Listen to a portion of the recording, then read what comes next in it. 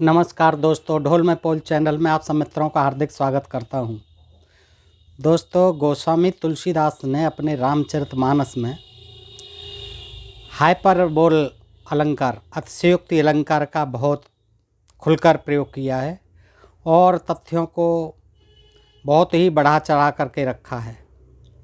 और जो रामचरितमानस के असली हीरो हैं, रामायण के जो असली हीरो हैं, वो हनुमान जी हैं। और हनुमान जी मारुति सुत कहलाते हैं, पवन सुत कहलाते हैं, वायुपुत्र कहलाते हैं, शंकर के सुवन भी कहलाते हैं, केसरी के नंदन भी कहलाते हैं। यानी वो तीन पिताओं के पुत्र कहलाते हैं, केसरी के, शंकर के और वायु के, पवन के। तो दोस्तों, इस प्रकार से असल में देखा जाए तो हनुमान जो है रामायण के असली हीरो हैं। उन्होंने राम की बहुत सहायता की है और ये सब आप लोग जानते हैं। तो दोस्तों, सुंदरकांड में असल में जैसे सुंदरकांड को लोगों के दिलो दिमाग में बड़ा इसका महत्व है और विभिन्न अवसरों पर सुंदरकांड का पाठ कराते हैं और ये मानते हैं कि इससे हमने अच्छा जो है अपना भक्ति प्रदर्शन किया है, हमने एक अच्छा काम किया है। जगह जगह सुंदरकांड के पाठ होते देखे होंगे दोस्तों। तो मैंने जब इस सुंदरकांड को पढ़ा तो मैंने इसमें बड़ा विचित्र एक जगह देखा वर्णन कि हनुमान जी जो कि सुंदरकांड के असली हीरो हैं, उनको तुलसीदास जी ने उन्हीं के मुख से नीच जाति का वानर कहलवा दिया है कि हमारी क्या औकात है, हम कौन सी कुलीन जाति के हैं, हम तो चंचल वानर जाति के हैं, सब प्रकार से नीचे हैं। तो दोस्तों, मुझे पढ़ कर के बड़ा अफसोस सा हुआ कि हनुमान जी के साथ ऐसा व्यवहार क्यों किया गया कि उनको इस तरह से पतित बना दिया गया। और लगता है ये हनुमान जी का सरासर अपमान है। दोस्तों, मुझे तो लगता है, आपको लगे न लगे। तो आइए आज सुंदरकांड को देख लेते हैं। इसमें कई जगह बहुत बढ़ा चढ़ा के, यद्यपि सारी रामचरितमानस में बहुत बढ़ा चढ़ा के वर्णन भी किया है घटनाओं का, लेकिन सुंदरकांड में भी कई जगह है। तो आइए देखते हैं दोस्तों। आज ये देखिए सुंदरकांड है, ये रामचरितमानस है, तुलसीदास जी का ही लिखा हुआ और हनुमान प्रसाद पोद्दार जी टीकाकार हैं इसके, और गीता प्रेस गोरखपुर से है। तो दोस्तों 714 पेज से है। ये जो है बहुत रोचक और दिलचस्प प्रसंग है। दोस्तों, आपसे अनुरोध करता हूं कि इस वीडियो को पूरा देखें और जानें कि हनुमान जी को किस तरह से अपमानित किया गया है। दोस्तों, अतुलित बलधामम हेम शैलाभदेहम धनुजवन कृशानम ज्ञान नाम ग्रगण्यम सकलंगुणम निधानम वानरणाम धीसम रघुपति प्रिय भक्तम बात जातम नमामि। अतुलित बल के धाम, सोने के पर्वत सुमेर के समान, सोने का पर्वत सुमेर के समान कांति युक्त शरीर वाले दैत्य रूपी वन को ध्वंस करने के लिए अग्नि रूप, ज्ञानियों में अग्रगण्य, संपूर्ण गुणों के निधान, वानरों के स्वामी श्री रघुनाथ जी के प्रिय भक्त श्री हनुमान पवन पुत्र को मैं प्रणाम करता हूँ। तुलसीदास जी महाराज कहते हैं, जामवंत के बचन सुहाए, सुन हनुमंत हृदय अति भाए, तब लगे मोहि पर खेओ तुम भाई, सहे दुख कंद मूल फल खाई। जामवंत जी ने हनुमान जी को समुद्र के किनारे ज्ञान दिया, उनके अतुलित बल का, उनके जोश का, हिम्मत का बखान करके उनको जोश दिलाया और वो उत्साह में आ जाते हैं दोस्तों। और फिर कहते हैं कि जामवंत के बचन सुहाए, सुने हनुमंत हृदय अति भाए। जामबान के सुंदर वचन सुनकर हनुमान जी के हृदय को बहुत ही भाए। वे बोले, हे भाई, तुम लोग दुख सहकर कंदमूल फल खाकर तब तक मेरी राह देखना, मैं सीता का पता लगा के आता हूँ। जब लगे आब हूँ सीता देखी, होई काज मोए हरस बिसेखी। यह कहे नाये सबन कहूँ माथा, चले हरस हिय धरे रघुनाथा। जब तक मैं सीता जी को देखकर लौट ना आऊँ, काम अवश्य होगा, क्योंकि मुझे बहुत ही हर्ष हो रहा है। यह कहकर और सबको मस्तक नवाकर तथा हृदय में श्री रघुनाथ जी को धारण करके हनुमान जी हर्षित होकर चल दिए।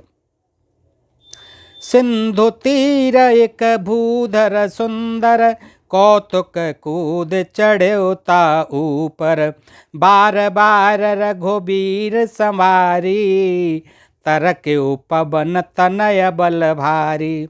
समुद्र के तीर पर एक सुंदर पर्वत था। हनुमान जी खेल से ही यानी अनायास ही कूद कर उसके ऊपर जा चढ़े और बार बार श्री रघुवीर का स्मरण करके अत्यंत बलवान हनुमान जी उस पर से बड़े बेग से उछले पर्वत से। जेहि गिरे चरण दे हनुमंता, चल्यो सुगा पाताल तुरंता, जिमि अमोघ रघुपति कर बाना, यही भांति चल्यो हनुमाना। जिस पर्वत पर हनुमान जी पैर रखकर चले, उस जिस पर वे उछले वह तुरंत ही पाताल में धंस गया। जैसे श्री रघुनाथ जी का अमोघ बाण चलता है उसी तरह हनुमान जी चले। कहीं उछल रहे हैं, कहीं तेज चल रहे हैं, कहीं ऐसे उड़ रहे हैं जैसे राम जी का बेगवान तीर। और जिस पर्वत पर वो पैर रख देते हैं वही तुरंत पाताल को चला जाता है। हनुमान ते परसा कर पुन कीन प्रणाम, राम काज कीने बिना मोहि कहाँ विश्राम। जाओ पवन सुत देवन देखा, जाने कहूँ बल बोधि विसेखा। सुरसा नाम अहिन के माता, पठ इन आए कही ते बाता। देवताओं ने पवन सुत्र हनुमान जी को जाते हुए देखा। देवताओं ने देख लिया कि हनुमान जी जा रहे हैं सीता का पता लगाने, उनकी विशेष बल बुद्धि को जानने के लिए, उनकी परीक्षा करने के लिए, उनका टेस्ट लेने के लिए उन्होंने सुरसा नाम की सर्पों की माता को भेजा देवताओं ने कि जा देख करके आ, तू कैसा काम कर पाएंगे कि नहीं कर पाएंगे, कितनी बल बुद्धि है, हनुमान जी की परीक्षा कर। तो उसने आकर हनुमान जी से यह बात कही। आज सुरन मोहि दीन आहारा, सुनत बचन कह पवन कुमारा। राम काज करे फिर मैं आवूं, सीता कहे सुधे प्रभु ही सुनावूं। आज देवताओं ने मुझे भोजन दिया है, आहा आज मेरे मजे आ गए, मौज आ गई मेरी। आज देवताओं ने मुझे भोजन दिया है। यह वचन सुनकर पवन कुमार हनुमान जी ने कहा, श्री राम जी का कार्य करके मैं लौट आऊं और सीता जी की खबर प्रभु को सुना दूं। तब तब बदन पैठे हूँ आई, सत्य कहूँ मोए जान दे माई। कबने हूँ जतन दे नहीं जाना, ग्रसन मोए कहो हनुमाना। तब मैं जाकर तुम्हारे मुख में घुस जाऊंगा। मातेश्वरी अब इस समय मुझे जाने दे, सीता का पता लगाने दे। जब मैं लौट करके आऊँगा तब तेरे मुंह में घुस जाऊंगा, तू मुझे खा लेना। हे माता मैं सत्य कहता हूँ, अभी मुझे जाने दे। जब किसी भी उपाय से उसने नहीं जाने दिया तब हनुमान जी ने कहा, तो फिर तू मुझे खा ही ले। योजन भरते बदन पसारा, कपितनु कीन दुगन विस्तारा। 16 जोजन मुखते ठयहु, तुरत पवन सुत बत्तीस भयहु। उसने योजन भर मुंह फैला दिया। देखिए सर्पों की माता थी सुरसा, वो भी जादूगरनी थी। उसने 4 कोस में मुंह फैला दिया अपना खाने के लिए हनुमान को। तब हनुमान जी ने अपने शरीर को उससे दूना बढ़ा लिया। तास दून कपि रूप दिखावा। हनुमान जी ने अपने शरीर को उससे दूना बढ़ा लिया, यानी 8 कोस का मुंह कर लिया। उसने 16 योजन का मुख किया। हनुमान जी ने तुरंत 32 योजन तुरंत 32 योजन का शरीर कर लिया। जस जस सोरसा बदन बढ़ावा, तासु दून कपि रूप दिखावा। सत योजन तेहि आनन कीन्हा, अति लघु रूप पवन सुत लीना। जैसे जैसे सुरसा का मुख विस्तार बढ़ता था, यानी सुरसा मुख का विस्तार बढ़ाती थी, हनुमान जी उसका दूना रूप दिखलाते थे। उसने 100 योजन 400 कोस का मुख किया। तब हनुमान जी ने बहुत ही छोटा रूप धारण कर लिया। अब देखिए दोस्तों, 100 योजन का तो मुख ही मुख था, यानी लंका तक उसका मुख ही पहुंच गया। तो हनुमान जी उसमें घुस जाते और कूद जाते। ये बेकार का तमाम झंझट करना पड़ा उनको, उड़ना पड़ा, दौड़ना पड़ा, उछलना पड़ा। तो 400 कोस का जब मुंह हो गया था तो हनुमान जी को इसका फ़ायदा उठाना था, और उठाया भी, लेकिन शायद उन्होंने बुद्धि से काम नहीं लिया। वो निकल आए बाहर, छोटा रूप रखा। तब हनुमान जी ने बहुत ही छोटा रूप धारण किया। बदन पठाए पुण्य बाहर आबा, मांगा विदाता है सिरो नाबा, मोहि सुरन जेहि लागे पठावा, बुध बल मरम तोर में पावा। और वे उसके मुख में घुसकर तुरंत बाहर निकले आए। अरे वहीं कूद जाते, 400 मुख लंका तक पहुंच गया था, कूद जाते। फिर बाहर निकल आए और उसे सिर नवाकर विदा मांगने लगे। उससे कहा, मैंने तुम्हारे बुद्धि बल का भेद पा लिया। उसने कहा, मैंने तुम्हारे बुद्धि बल का भेद पा लिया हनुमान जी, जिसके लिए देवताओं ने मुझे भेजा था। टेस्ट में पास हो गए आप। राम काज सब करे हो, तुम बल बुद्धि निधान, आशीष दे गई सो हरस चले हो हनुमान। तुम श्री रामचंद्र जी का सब कार्य करोगे, क्योंकि तुम बल बुद्धि के भंडार हो। यह आशीर्वाद देकर वह चली गई। तब हनुमान जी हर्षित होकर चले। निश्चर एक सिंधु में रही, करे माया मनभ के खग गई, जीव जंतु जे गगन उड़ाही, जल बिलोकित न कहीं पर छाई। समुद्र में एक राक्षसी रहती थी। वह माया करके आकाश में उड़ते हुए पक्षियों को पकड़ लेती थी। आकाश में जो जीव जंतु उड़ा करते थे, वह जल में उनकी परछाई देखकर गहे छाह सक सोन उड़ाई, ये विधि सदा गगन चर खाई। सोय छल हनुमान कह कीना, तासो कपट कपे तुरत चीना। उस परछाई को पकड़ लेती थी, जिससे वे उड़ नहीं सकते थे और जल में गिर पड़ते थे। इस प्रकार वह सदा आकाश में उड़ने वाले जीवों को खाया करती थी। उसने वही छल हनुमान जी से भी किया, और इसका तात्पर्य है कि हनुमान जी भी उड़ रहे थे और उसने उड़ता हुआ पंछी समझ लिया राक्षसी ने, जो जल में रहती थी और पकड़ के खा जाती थी पक्षियों को। तो हनुमान जी को भी पकड़ लिया। हनुमान जी ने तुरंत ही उसका कपट पहचान लिया। ताहे मारे मारुत सुत बीरा, बारधे पार गयो मत धीरा, तहाँ जाए देखी बन शोभा, गुंजत चंचरी कमधुलोभा। पवन पुत्र धीर बुद्ध हनुमान वीर जी उसको मारकर समुद्र के पार गए, समुद्र के पार चले गए उसको मार के। वहाँ जाकर उन्होंने वन की शोभा देखी। मधु पुष्परस के लोभ से भौरे गुंजार कर रहे थे। अब लंका के दिखने लगे उनको बाग बगीचे और सुंदरता। नाना तरु फल फूल सोहाए, खग मृग वृंद देख मन भाए, शैल विशाल देख एक आगे, तापर धाये चढ़ो भय त्यागे। अनेकों प्रकार के वृक्ष फल फूल से शोभित हैं। पक्षी और पशुओं के समूह को देख कर तो वे मन में बहुत ही प्रसन्न हुए। सामने एक विशाल पर्वत देखकर हनुमान जी भय त्याग कर उस पर दौड़कर जा चढ़े। तो वहाँ जा कर के देखते हैं, पर्वत पर चढ़ जाते हैं, पहुँच गए हैं लंका की सीमा में।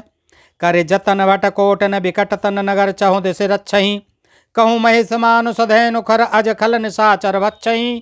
यही लाग तुलसीदास नहीं की, कथा कछु एक है कही, रघुबीर सर तीरथ शरीर नय, त्याग गति पे हैं सही। भयंकर शरीर वाले, क्या देखते हैं हनुमान जी पर्वत पर से, भयंकर शरीर वाले करोड़ों योद्धा यत्न करके, यानी बड़ी सावधानी से नगर की चारों दिशाओं में सब ओर से रखवाली कर रहे हैं। कहीं दुष्ट राक्षस भैंसों, मनुष्यों, गायों, गधों और बकरों को खा रहे हैं। देखिए पर्वत पर से ऊपर से ही सारी चीज़ें देख रहे हैं कि वहाँ राक्षस क्या कर रहे हैं। भैंसों को खा रहे हैं, मनुष्यों को ही खा रहे हैं, गायों को खा रहे हैं, गधों को खा रहे हैं, बकरों को खा रहे हैं, और पहलवानी कर रहे हैं बड़ी बड़ी नगर की चारों दिशाओं में, और यत्न से रखवाली कर रहे हैं। तुलसीदास ने इनकी कथा इसलिए कुछ थोड़ी सी कही है। अब तुलसीदास जी तो ही कह रहे हैं, लेकिन ये पता नहीं कौन कह रहा है कि तुलसीदास ने इनकी कथा इसीलिए कुछ थोड़ी सी कही है। ये तो थोड़ा सा ही वर्णन है, और तो बहुत कुछ हो रहा था उसमें कि ये निश्चय ही श्री रामचंद्र जी के बाण रूपी तीर्थ में शरीरों को त्याग कर परम गति पाएंगे। थोड़े दिन बाद ये बाणों से मर मर के परम गति को प्राप्त हो जाएंगे, इसलिए थोड़ा सा ही वर्णन किया है। पुर रखबारे देखे बहु कप मन कीन विचार, अति लघु रूप धरऊं निस नगर करऊं पैसार। नगर के बहुसंख्यक रखवालों को देखकर हनुमान जी ने मन में विचार किया कि अत्यंत छोटा सा रूप धरूं और रात के समय नगर में प्रवेश करूं। तो वो मच्छर का रूप रख लेते हैं और मच्छर का रूप धर के जो लंका का निरीक्षण करते हैं दोस्तों, कि कोई देख न ले। तो मसक समान रूप कपे धरी, लंक ही चले ओ सो मेरे नर हरि। नाम लंकिनी एक निसचरी, सो कह चल से मोहे निंदरी। हनुमान जी मच्छर के समान छोटा सा रूप धारण कर, देखिए हनुमान जी में भी जादूगरी थी। हाल मच्छर बन जाते थे, बहुत पर्वताकार बन जाते थे, तो हनुमान जी मच्छर के समान छोटा सा रूप धारण करके नर लीला करने वाले भगवान रामचंद्र जी का स्मरण करके लंका को चले। और लंका के द्वार पर लंकिनी नाम की एक राक्षसी रहती थी। वह बोली, मेरा निरादर करके बिना मुझसे पूछे कहाँ चला जा रहा है। अब मच्छर भी दिख गया और मच्छर से भी लंकिनी पूछने लगी, इतना छोटा बने कि कोई मुझे देख नहीं ले। फिर हनुमान जी को पहचान लिया कि ये कौन जा रहा है। मच्छर से कहने लगी, कहाँ जाता है तू मुझे बगैर पूछे, मैं यहाँ के द्वारपाल हूँ। जाने नहीं मरम सठ मोरा, मोर आहार जहाँ लगे चोरा। मुठका एक महाकपिहनी, रुधिर बमत धरनी धनमनी। हे मूर्ख, तूने मेरा भेद नहीं जाना, जहाँ तक जितने चोर हैं। अब वो मच्छर को भी चोर समझ रही है। देखिए क्या जो है लंकिनी थी विद्वान, कि हे मूर्ख, तूने मेरा भेद नहीं जाना, जहाँ तक जितने चोर हैं वे सब मेरे आहार हैं। चोरों को तो मैं खा जाती हूँ, वे मेरे आहार हैं। महाकप हनुमान जी ने उसे एक घूंसा मारा। अब हनुमान जी तो मच्छर थे, अब मच्छर का घूंसा कितना लगा होगा। अब देखो उन्होंने हनुमान जी ने उसे एक घूंसा मारा, जिससे वह खून की उल्टी करती हुई पृथ्वी पर लुढ़क पड़ी। उसे तो लुढ़कना ही था, अब वो तो मच्छर थे, तब इतना मुक्का लगा कर लुढ़क गई। और वो वास्तव में अपने रूप में होते भूद्राकार शरीरा में, तो पता नहीं कहाँ होता, लंका ही चली जाती। तो पुन समार उठी सो लंका, जोर पान कर विनय सशंका। जब रावण है ब्रह्म बर दीना, चलत बिरंच कहा मोहि चीना। वह लंकिनी फिर अपने को संभाल कर उठी, और डर के मारे हाथ जोड़कर विनती करने लगी। क्या कहने लगी? विनती करने लगी एक ही मुक्के के मारे। रावण को जब ब्रह्मा जी ने वर दिया था, तब चलते समय उन्होंने मुझे राक्षसों के विनाश की ये पहचान बता दी थी कि जब तू बंदर के मारने से व्याकुल। और बंदर थे कहाँ वो? ये तो तुलसीदास जी ने क्या लिख दिया पता नहीं। अरे मच्छर के रूप में थे, मच्छर ने ही मुक्क मारा है, घायल हुई है, बेहोश हुई है, फिर होश में आई है। तब वो कहती है कि मुझे तो एक जो है सपना हुआ था, ब्रह्मा जी ने वर दिया था जब रावण को, तो वो सुन नहीं होगी लंकिनी। रावण को जब ब्रह्मा जी ने वर दिया था, तब चलते समय उन्होंने मुझे राक्षसों के विनाश की यह पहचान बता दी थी लंकिनी को। किसने? ब्रह्मा जी ने। क्या पहचान बता दी थी? कि जब तू किसी बंदर के मारने से व्याकुल हो जाएगी, तब तू राक्षसों का संहार हुआ जान लेना। हे तात, मेरे बड़े पुण्य हैं जो मैं श्री रामचंद्र जी के दूत आपको नेत्रों से देख पाई।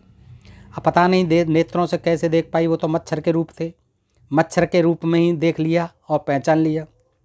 हे तात, स्वर्ग और मोक्ष के सब सुखों को तराजू के एक पलड़े में रखा जाए, तो भी वे सब मिलकर दूसरे पलड़े पर रखे हुए सुख के बराबर नहीं हो सकते, जो लव क्षण मात्र के सत्संग से होता है। सत्संग याद आ गया लंकिनी को एक ही मुक्के में।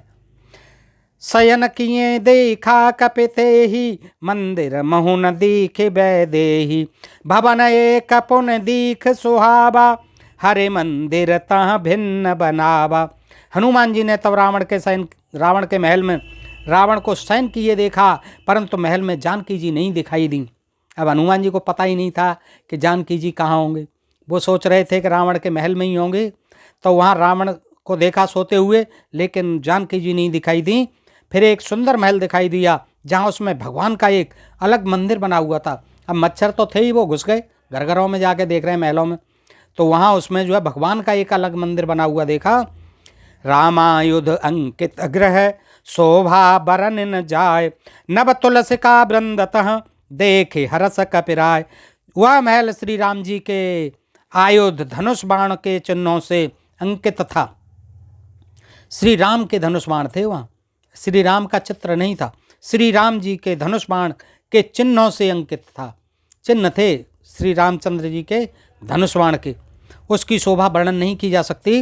वहाँ नवीन नवीन तुलसी के वृक्ष समूहों को देखकर, वहाँ नवीन नवीन तुलसी के वृक्ष लगे हुए थे। कपराज हनुमान जी हर्षित हो गए। ये तो अपने देश का ही चिन्ह मालूम पड़ता है, राम जी के धनुष बाण का चिन्ह है। लंका तो राक्षसों के समूह का निवास स्थान है, यहाँ सज्जन साधु पुरुष का निवास कहाँ, कैसे? हनुमान जी मन में इस प्रकार तर्क करने लगे। उसी समय विभीषण जी जागे।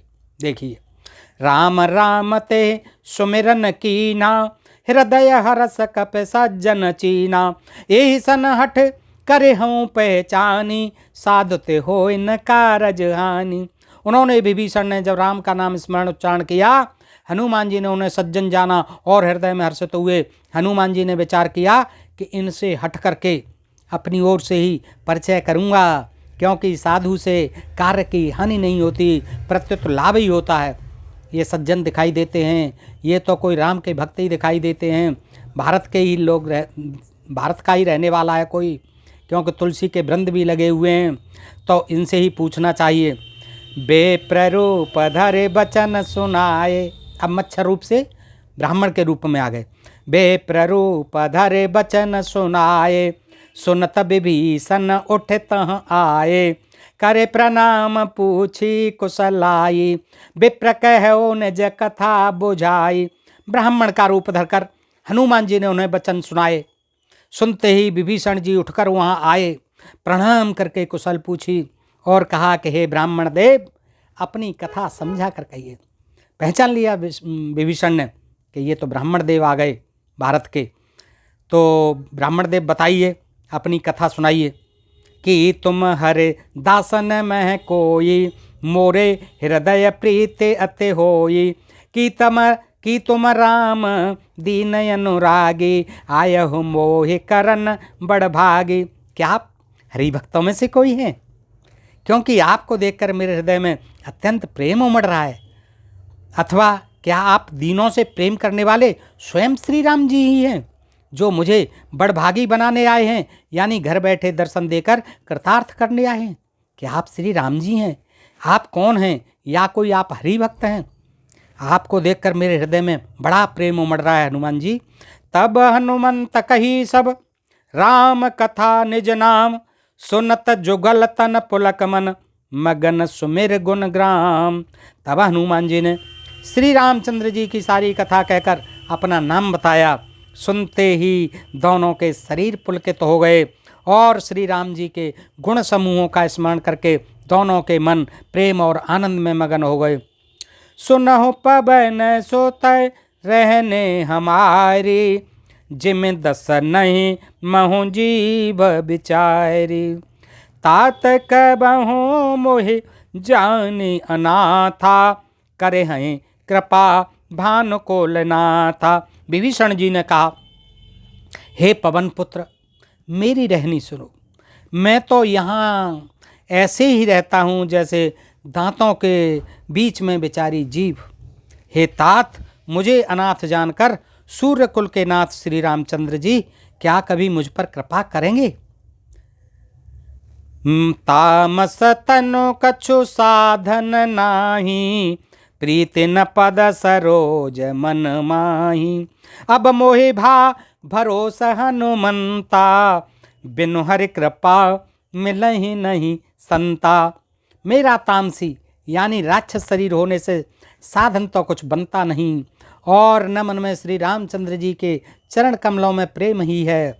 परंतु हे हनुमान, अब मुझे विश्वास हो गया कि श्री राम जी की मुझ पर कृपा है, क्योंकि हरि की कृपा के बिना संत नहीं मिलते। हरि की कृपा के बिना संत नहीं मिलते। आज आप मुझे मिले। जौं रघुबीर अनुग्रह कीना, तो तुम मोहि दरसो हठ दीना, सुनहो विभीषण प्रभु के रीति, करहि सदा सेवक पर प्रीति। जब श्री रघुवीर जी ने कृपा की है, तभी तो आपने मुझे हट करके अपनी ओर से दर्शन दिए हैं यहाँ करके। हनुमान जी ने कहा, हे विभीषण जी सुनिए। अब देखिए हनुमान जी क्या कहते हैं। हनुमान जी सुनिए, हनुमान जी कहते हैं, विभीषण जी सुनिए, प्रभु की यही रीति है कि वे सेवक पर सदा ही प्रेम किया करते हैं। कहा हो कबन मैं परम कुलीना, कप चंचल सब ही विधहीना। प्रातले जो नाम हमारा, ते दिन ताहि न मिलहि आहारा। भला कहिए, देखिए क्या अपना परिचय देते हैं हनुमान जी विभीषण जी को। भला कहिए कहो कबन मैं परम कुलीना, कप चंचल सब ही विधहीना। प्रातले जो नाम हमारा, ते दिन ताहिन मिले आहारा। भला कहिए मैं ही कौन बड़ा कुलीन हूँ, जात का चंचल बानर हूँ। जात का, जाति आ गई, जाति का चंचल बानर हूँ और सब प्रकार से नीच हूँ। ये नीच ऊंच भी बहुत की है तुलसीदास ने। हनुमान जैसे नायक को, जो सुंदरकांड का नायक है, जो इस रामायण का नायक है, उसको जो जनजाति का था, योद्धा था, महारथी था, राम का सहायक था, उसको भी देखिए तुलसीदास जी ने कितना गिरा दिया। और उसी के ही मुख से कि भला कहिए मैं ही कौन बड़ा कुलीन हूँ, जाति का चंचल बानर हूँ और सब प्रकार से नीच हूँ। प्रातःकाल जो हम लोगों का, यानी बंदरों का, ब्रैकेट में बंदरों का नाम ले ले तो उस दिन उसे भोजन ना मिले। असमय अधम सखा सुन मोहु पर रघुबीर, कीनी कृपा सुमिर गुण भरे बिलोचन नीर। हे सखा सुनिए, मैं ऐसा अधम हूँ, पर श्री रामचंद्र जी ने तो मुझ पर भी कृपा ही की है। अधम हूँ, नीच हूँ, चंचल हूँ, जाति बानर है मेरी, फिर भी मुझ पर रामचंद्र जी ने बड़ी कृपा की है। भगवान के गुणों का स्मरण करके हनुमान जी के दोनों नेत्रों में प्रेमाश्रुओं का जल भराया। जानत हूँ अस स्वामी बिसारी, फिर हित काहे न मोहि दुखारी। फिर हित काहे न होहि दुखारी, ये विधि कहते राम गुण ग्रामा, पावा अनिर्वाच्य विश्रामा। जो कहते हुए भी ऐसे स्वामी श्री रघुनाथ जी को भुलाकर विषयों के पीछे भटकते फिरते हैं, वे दुखी क्यों न हो। इस प्रकार श्री रामचंद्र जी के गुण समूहों को कहते हुए अनिर्वचनीय परम शांति प्राप्त हुई। पुण्य सब कथा विभीषण कही, जे विधि जनक सुता तह रही। तब हनुमंत कहा सुन भ्राता, देख चहूँ मैं जानकी माता। फिर विभीषण जी ने श्री जानकी जी जिस प्रकार लंका में रहती थीं वह सब कथा कही। तब हनुमान जी ने कहा, हे भाई सुनो, मैं जानकी माता को देखना चाहता हूँ। दोस्तों, इस प्रकार से ये आगे का वृतांत भी बड़ा रोचक है, हम आगे के वीडियो में प्रस्तुत करेंगे। आज के लिए इतना ही। और दोस्तों, आपने देखा कि हनुमान जी को किस तरह से तुलसीदास जी ने अपमानित किया है। और आपको देखने के लिए बहुत बहुत धन्यवाद, आभार, नमस्कार। दोस्तों, आपसे एक ही अनुरोध कि ढोल में पोल चैनल को सब्सक्राइब भी करते रहें।